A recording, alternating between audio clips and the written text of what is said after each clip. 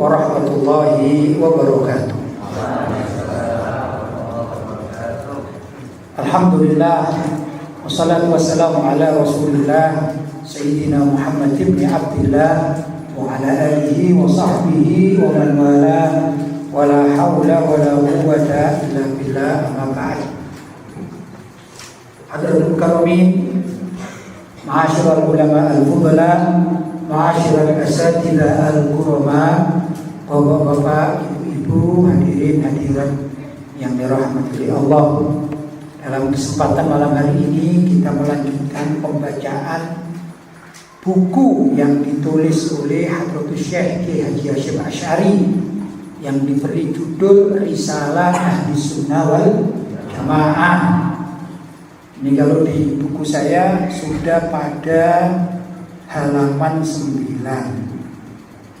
Saya mohon maaf kalau mengaji tidak bisa bahasa Jawa, apalagi bahasa Madura. Kurang oneng, oneng ini skoni.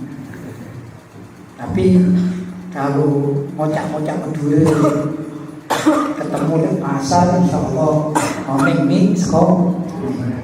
Mohon hajar lo minggu lagi ngapur lagi. Pada pembahasan malam hari ini berkaitan dengan pertemuan yang terdahulu terkait dengan sifat para umat atau ulama dan umat Islam yang menetap di Jawa atau di Indonesia, lebih tepatnya di Nusantara atau Asia Tenggara. Yang dulu sudah diterangkan bahwasanya mereka itu penganut akidah Ahlussunnah wal Jamaah.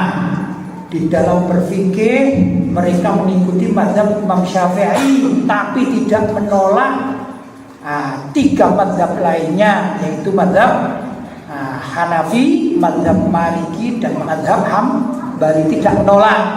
Hanya saja mereka penduduk Jawa atau penduduk Indonesia atau penduduk Asia Tenggara lebih memilih kepada mazhab Syafi'i di dalam berfikih.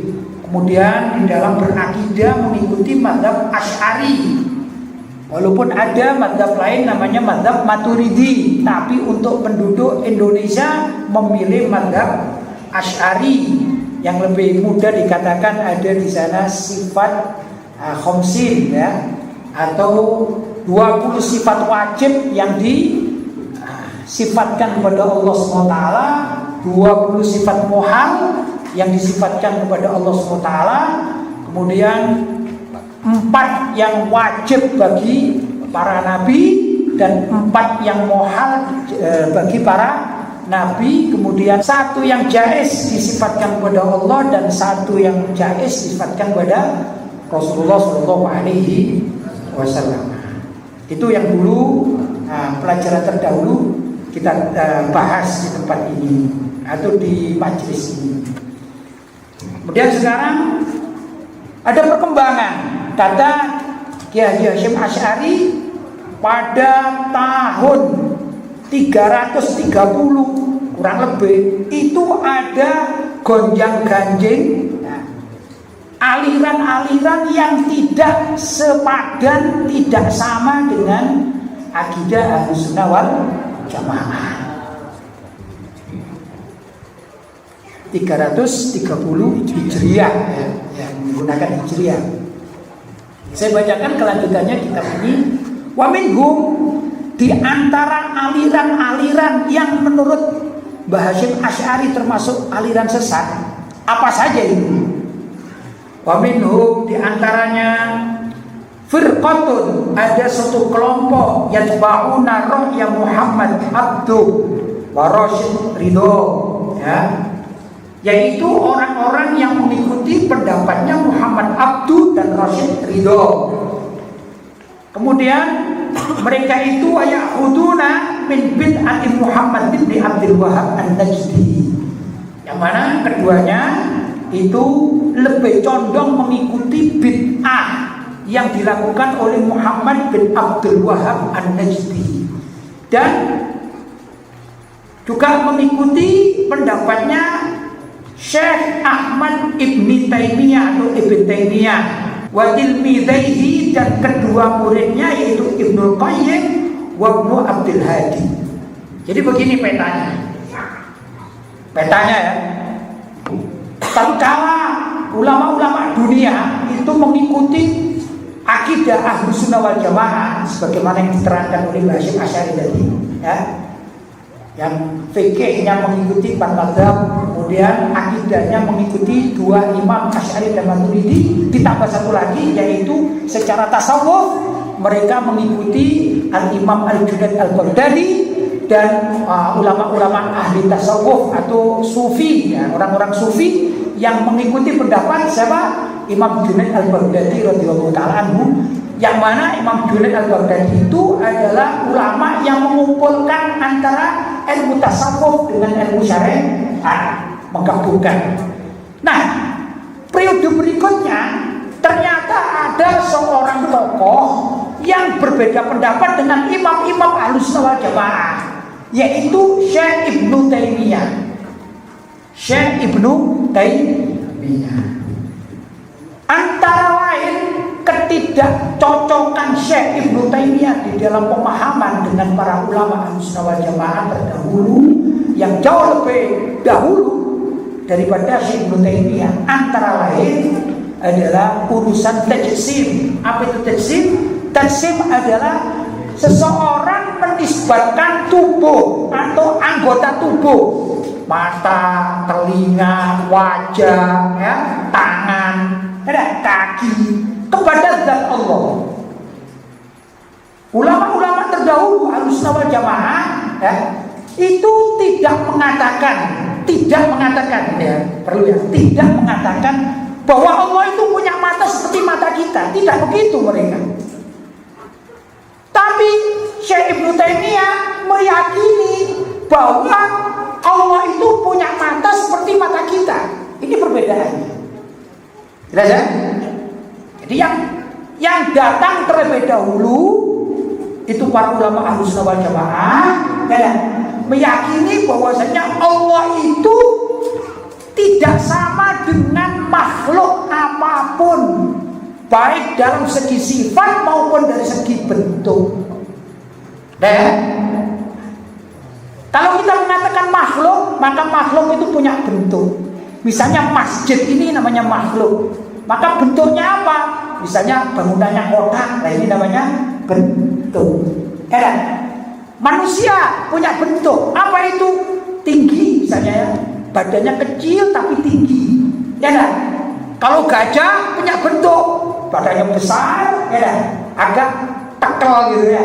Nah ini gajah, namanya bentuk. Allah SWT apakah punya bentuk? Tidak. Kenapa? Karena bentuk itu sifatnya makhluk. Itu menurut ulama-ulama terdahulu dari kalangan ulama Ahlus Sunnah wal Jamaah. Datanglah Syekh Ibnu Taimiyah. Sudah? Dia meyakini bahwa Allah itu mempunyai bentuk seperti bentuk makhluknya. Maka kalau ada ayat-ayat tentang mata, misalnya di dalam Al-Quran, Ainullah, atau dalam hadis Ainullah, mata Allah, mereka ini meyakini, atau Ibnu Taimiyah meyakini bahwa yang matanya seperti kita. Bahkan di antara kaum Mujassimah, orang-orang yang mengikuti pendapat Ibnu Taimiyah, pernah suatu saat di antara mereka ini khutbah. Nah, ini khutbah di mimbar, ya, khutbah di mimbar. Kalau boleh saya contohkan begini. Mama yang berdiri, ya, khutbah di mimbar. Ya.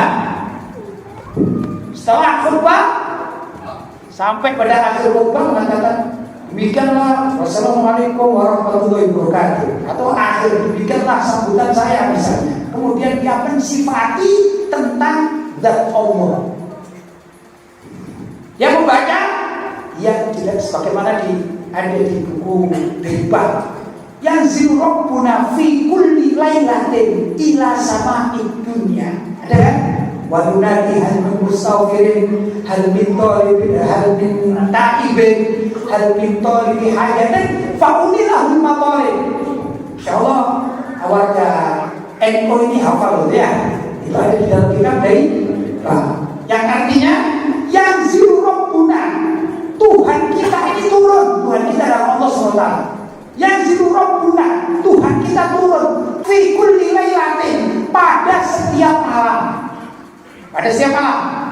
Di situ ada pembahasan tersendiri, apakah awal malam, pertengahan malam, akhir malam, ada pembahasan tersendiri. Tapi setiap malam.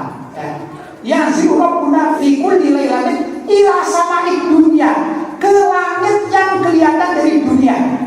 Sama dunia ini langit pertama. Itu yang kelihatan, yang ada matahari, ada bintang, ya itu. Wa yunadi, dan memanggil, hal min mustaghfirin, adakah di antara kalian orang yang beristighfar? Hal min taibin, adakah di antara kalian orang yang bertobat? Hal min talibi hajatin fa'ulilahul matalib, apakah di antara kalian ada yang minta hajat, berdoa untuk hajat dunianya, akhiratnya, maka aku beri kepada Allah SWT semua hajat-hajatnya. Itu hadisnya. Yang jadi masalah adalah yang zilu Rabbuna ila sama'id dunya. Tuhan kita turun ke langit yang kelihatan dari bumi. Maka ini pengikutnya Syekh Ibnu Taimiyah mengatakan ada yang zilu Rabbuna bukan nuzuli hada. Kemudian dia turun dengan kakinya. Jadi menggambarkan, saya maaf ya, ini ada saya ini. Hadakan demikianlah yang zilu Rabbuna kan nuzuli hada. Seperti inilah cara Tuhan kita ini turun dengan kakinya. Jadi Allah itu digambarkan punya kaki yang mau naik turun. Ini kan menyerupakan Allah dengan makhluknya. Itu namanya apa? Kaum mujassimah. Jelas ya? Ini menurut ulama Ahlus Sunnah wal Jamaah, kelompok yang demikian ini adalah kelompok sesat. Siapa pencetusnya? Adalah Syekh Ibnu Taimiyah. Paham ya? Kemudian Syekh Ibnu Taimiyah ini mempunyai banyak pengikut. Murid-murid lah. Ya, antara lain yang terkenal, antara lain ya, ada yang namanya Ibnul Qayyim, ada yang namanya juga Ibnu Abdul Hadi. Nah, ini pengikut setianya Ibnu Taimiyah. Pada saat Ibnu Taimiyah masih hidup, ini murid langsung. Kemudian dari murid-murid langsung ini, dia menyebarkan pemahaman Ibnu Taimiyah. Bergulir sampai suatu masa ada seorang di Najd. Najd itu kalau sekarang Riyadh, Saudi Arabia, di Riyadh, daerah Najd. Itu ada seorang tokoh yang namanya Muhammad bin Abdul Wahhab. Yang mana tokoh-tokoh Saudi pada akhirnya memberi julukan kepada Muhammad bin Abdul Wahhab dengan para pengikutnya sebagai kelompok Wahabi. Sebagai kelompok Wahabi. Walaupun sekarang kelompok Wahabi itu tidak mau dipanggil Wahabi, mintanya dipanggil Salafi. Jadi kalau bapak-bapak, ibu-ibu mengetahui ada orang mengatakan saya pengikut Salafi, itu adalah Wahabi. Kalaupun mengatakan saya bukan Wahabi, ya tetap saja kamu adalah Wahabi. Karena yang dinisbatkan Wahabi itu adalah sebagai pengikut Muhammad bin Abdul Wahhab. Di antara dari pengikut Muhammad bin Abdul Wahhab ada beberapa tokoh, itu adalah antara lain adalah Rasyid Ridho dan Muhammad Abdu. Ini juga kelompok-kelompok mereka. Hanya saja ada perbedaan antara Muhammad Abdu dengan Rasyid Ridho, walaupun mereka dekat dengan Muhammad bin Abdul Wahhab dalam pemikiran dan juga mengikuti Ibnu Taimiyah. Maka kalau Rasyid Ridho ini lebih condong kepada pemikiran yang asli lah. Asli apa? Asli mengikuti Ibnu Taimiyah. Sedangkan Muhammad Abdu ini lebih terbuka.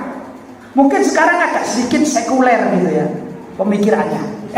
Ini Muhammad Abdu. Sehingga Muhammad Abdu ini tidak terlalu membahas seperti yang dilakukan oleh Muhammad Abdul Wahhab atau Wahabi, sedikit-sedikit bid'ah, sesat, neraka. Enggak.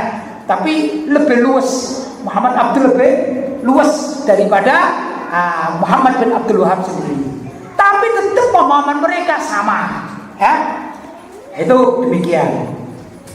Saya lanjutkan.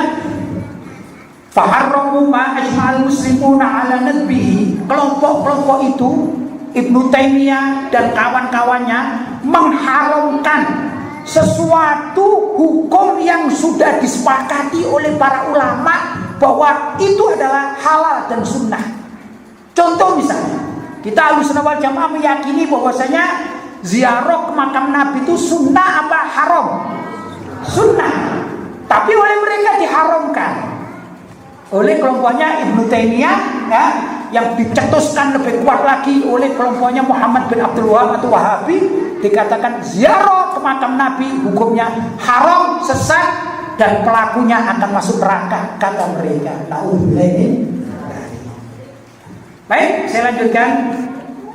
Bahwa yang dimaksudkan salah satu amalan adalah as-safaru li ziyarati qabri Rasulullah sallallahu alaihi wasallam, yaitu ziarah makam Rasulullah atau makam Rasulullah, kuburan Rasulullah sallallahu alaihi wasallam. Padahal ulama Ahlussunnah wal Jamaah menganjurkan. Betul ya? Kita yang umroh, yang haji, sunnah dah, dianjurkanlah, diajak dah untuk ziarah ke kuburan Nabi. Dianjurkan. Bahkan ada hadis yang mengatakan man zara qabri wajaban lahu syafaati. Siapa orang yang menziarahi kuburanku, kata Nabi, maka wajib mereka ini akan mendapatkan syafaat. Sedangkan kelompok Ibnu Taimiyah mengatakan siapa yang ziarah ke makam Nabi akan masuk neraka. Intinya begitu. Jadi bertentangan. Wa khalafuhum fima dzukiru wa ghairuhu, maka kelompok Ibnu Taimiyah ini mengingkari kesepakatan para ulama Ahlussunnah wal Jamaah. Qala Ibnu Taimiyah fi fatawihi, berkatalah Ibnu Taimiyah di dalam kitab fatwanya ya, wa idza safara, kata Ibnu Taimiyah, yang ini jelas sesat ya, salah. Wa idza safara, apabila pergi atau musafir, li'tiqadihi, dengan keyakinan annaha, bahwasanya safarnya itu atau ziarah kubrin Nabi sallallahu alaihi wasallam,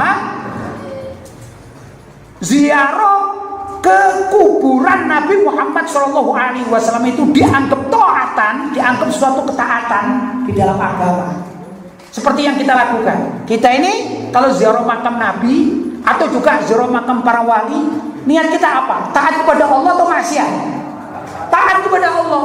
Kata Ibnu Taimiyah dan teman-temannya, kalau kalian ziarah makam Nabi dan makam para ulama, kalian menganggap itu perbuatan taat kepada Allah, karena dzalika muharraman bi ijma'il muslimin, itu adalah haram dengan kesepakatan umat Islam menurut Ibnu Taimiyah. Jadi bertentangan dengan apa? Keyakinan ulama Ahlussunnah wal Jamaah. Fasarat tahrim minal umuri al-maktubi, kata Ibnu Taimiyah, maka jadilah keharamannya itu adalah suatu kepastian, kata Ibnu Taimiyah, bagi orang yang ziarah kubur. Tapi dibantah oleh ulama-ulama Ahlussunnah wal Jamaah ya. Antara lain qala al-allama Asy-Syaikh Muhammad Bakhir Al-Hanafi Al-Muti'i, berkatalah seorang ulama Ahlussunnah wal Jamaah bernama Muhammad Bakhir Al-Hanafi Al-Muti'i, itu nama beliau, fi risalatihi, di dalam kitabnya Al-Musamma yang diberi nama Tadhirul Fuad min Danasil I'tiqad, namanya kitab, karena karya ulama Ahlussunnah wal Jamaah. Hadzal fariq, kelompok ini maksudnya kelompoknya Ibnu Taimiyah, atau yang mungkin lebih mudah dipahami kelompok Wahabi atau kelompok Salafi yang sekarang ada di sekitar kita, kadang-kadang sekeliling kita di Indonesia juga sudah banyak ini ya.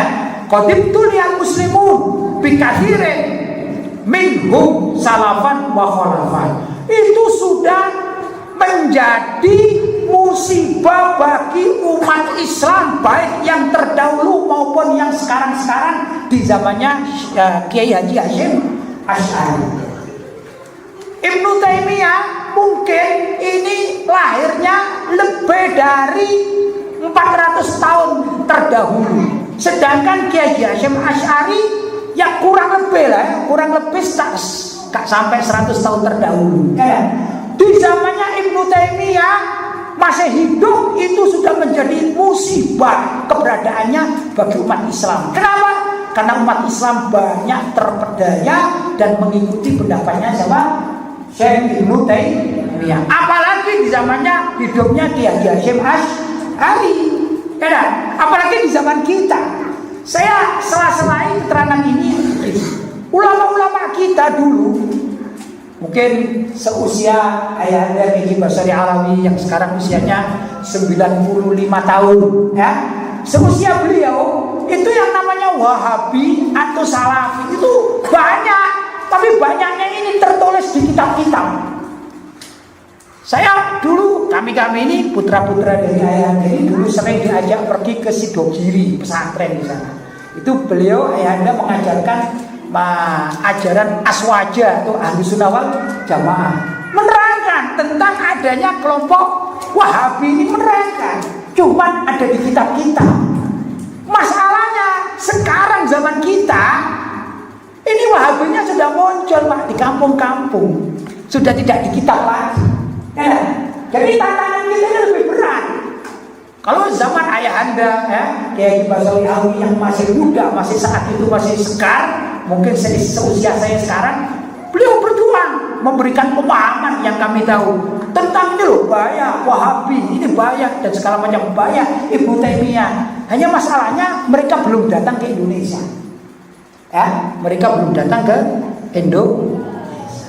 Hari ini mereka banyak. Dan mungkin juga suatu saat akan masuk kantong sini, Pak. Ya, mereka jargonnya, cara mengajari kita itu begini. Ayo kita kembali pada Al-Quran dan Sunnah. Tidak usah pakai pendapat para ulama. Para ulama itu banyak yang salah. Yang paling benar adalah Al-Quran dan hadis. Itu saja. Jadi sudah kita kembali. Maka kalau ada pendapatnya, misalnya Imam Syafi'i itu salah.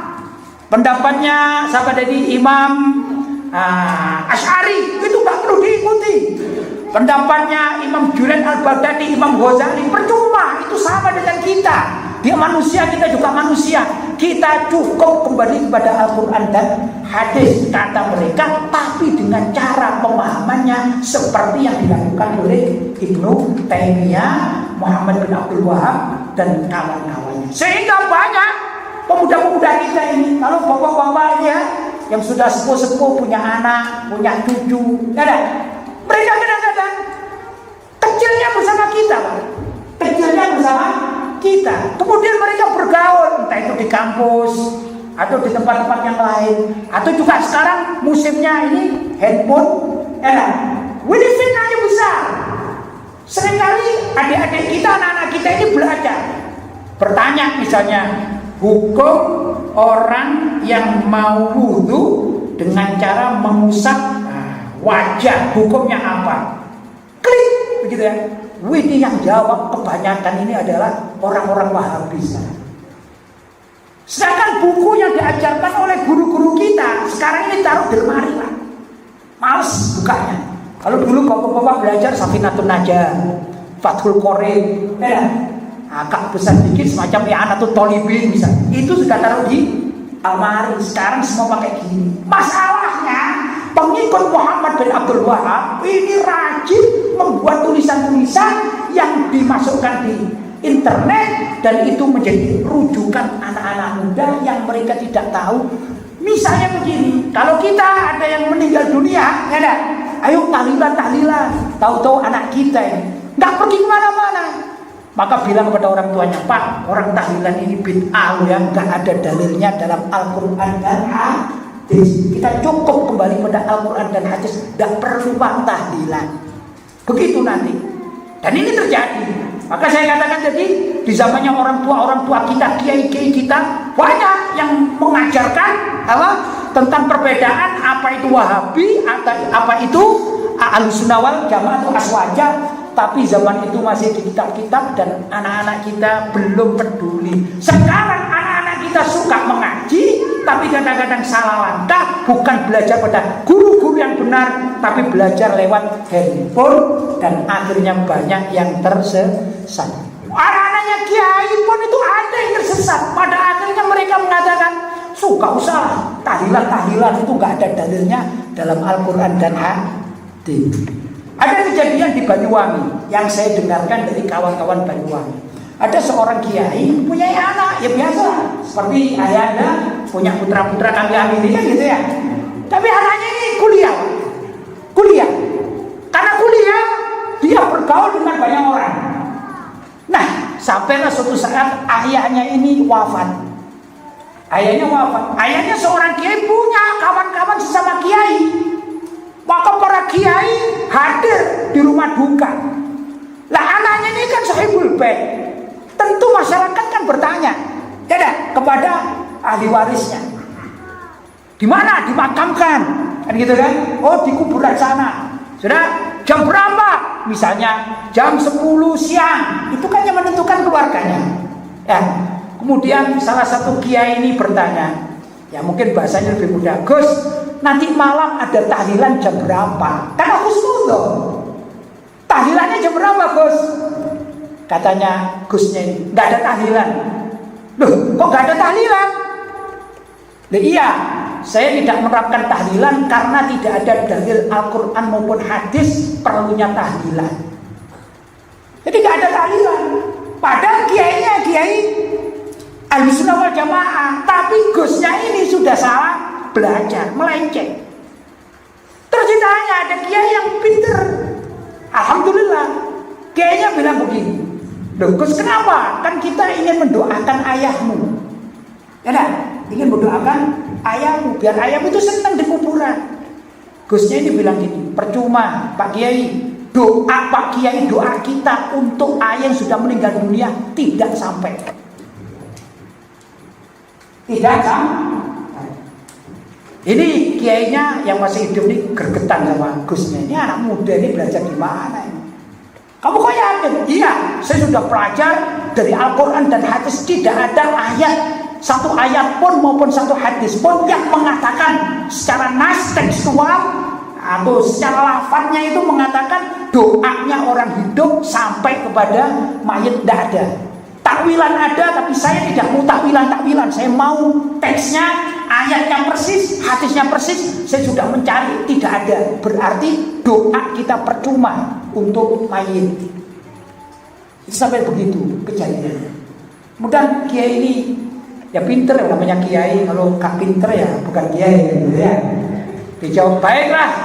Maka kiai ini pidato di situ. Saudara-saudara, para ahli takziah, baik yang laki-laki maupun perempuan, karena nanti malam tidak ada tahlilan, karena oleh Gusnya tidak perlu diadakan tahlilan. Karena itu mari kita hantarkan ini fulan bin fulan, ayahnya dari Gus ini fulan bin fulan, kita hantarkan ke makam sekarang juga, dan kita doakan mudah-mudahan di kuburan disiksa, katanya. Mudah-mudahan ayahnya ini dimasukkan di neraka. Wis pegel ini bapaknya, kiainya pegel. Ya, mudah-mudahan.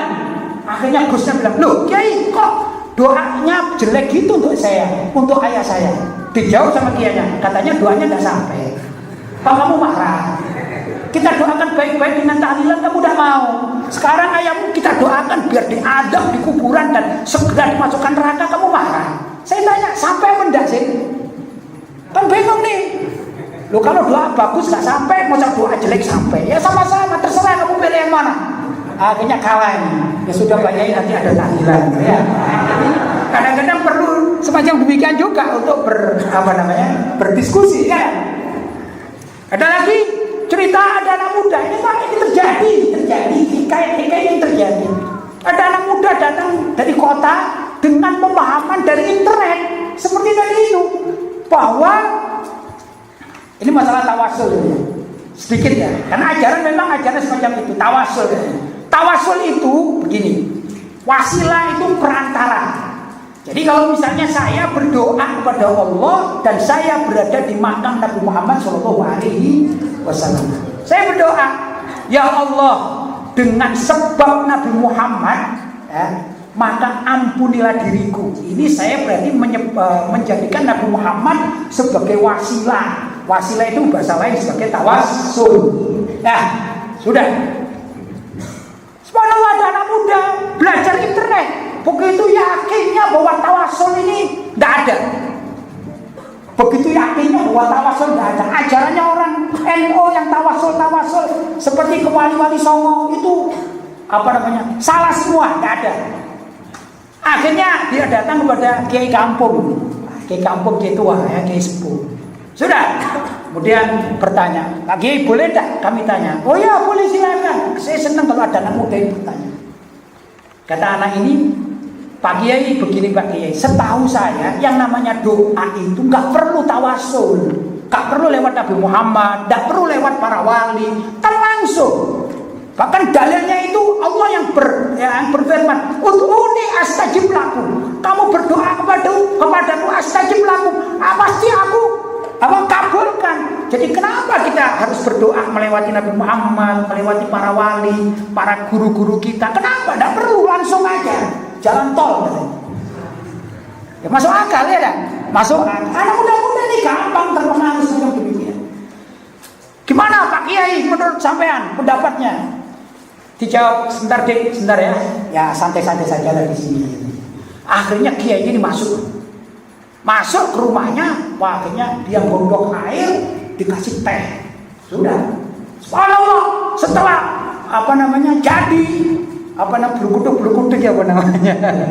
umum mendidik itu cengreknya dibawa kemana? Ke tamunya ini. Sudah langsung dikasihkan. Ini deh gini tuh. Cangkirnya mana? Cangkirnya mana Pak Kiai? Ikut cangkir tawasul, tidak perlu.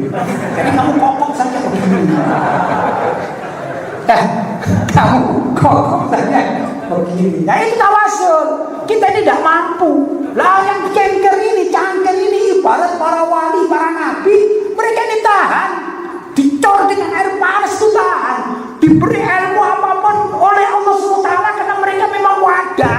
Itu mampu mengolah. Nah kalau kita yang meloncong kan gitu kan ya. Nah kita ini perlu wadah dulu, setelah dingin baru kita minum. Akhirnya oh ya juga Pak Kiai. Nah, ini antara lain ya. Tapi yang bahaya yang saya sampaikan ternyata anak-anak muda salah belajar ya dah. Akhirnya mengikuti pendapat-pendapat yang salah. Di antara yang salah itu adalah pendapat kelompok Wahabi pengikut Syekh Muhammad bin Abdul Wahab yang aslinya sebagai pengikut Syekh Ibnu Taimiyah. Nah, bapak-bapak dan ibu-ibu yang dirahmati oleh Allah SWT, barangkali malam hari ini itu saja yang saya sampaikan, sedikit tapi mengena, ya dah. Itu jauh lebih baik daripada ceramahnya panjang tapi tidur semuanya. Ya. Nah itu saya mohon maaf yang sebesar-besarnya. Mudah-mudahan apa yang saya sampaikan ada manfaatnya. Mungkin ada candaan guru saya yang kurang tepat, saya mohon maaf yang sebesar-besarnya. Hadza ma aqulu lakum wal 'afwu minkum. Wassalamualaikum warahmatullahi wabarakatuh.